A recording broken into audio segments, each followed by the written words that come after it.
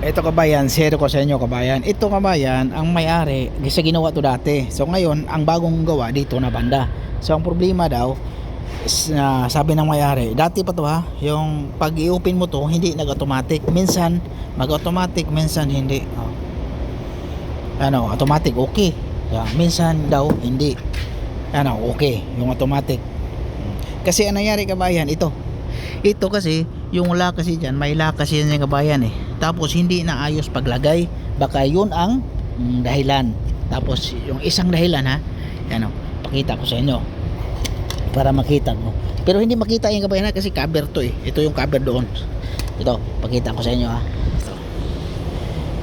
Ito itong titi na to, yan, yung medyo titi na yan, nasa baba.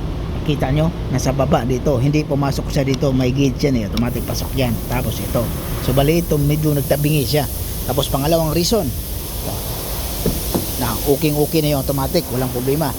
Ito din, itong spring na to, itong spring na to, nakita nyo kabayan, nakita ko itong spring na to, yan, nag-loose siya, so hindi siya gumagana, so hindi siya maglalak dito, kasi ito hindi siya maglalak. Kasi ito, dito lang to eh, yung laklak niya eh, dito lang, kasi sira to eh.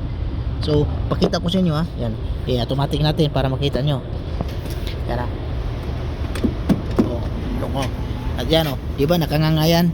Tapos pagbuksan natin, yan, lock na yan, buksan natin. Yan, hindi nagkaganyan, dito lang banda, kaya hindi siya papasok. Ayan o, ayan, lock na yan siya, okay na yan siya kabayan.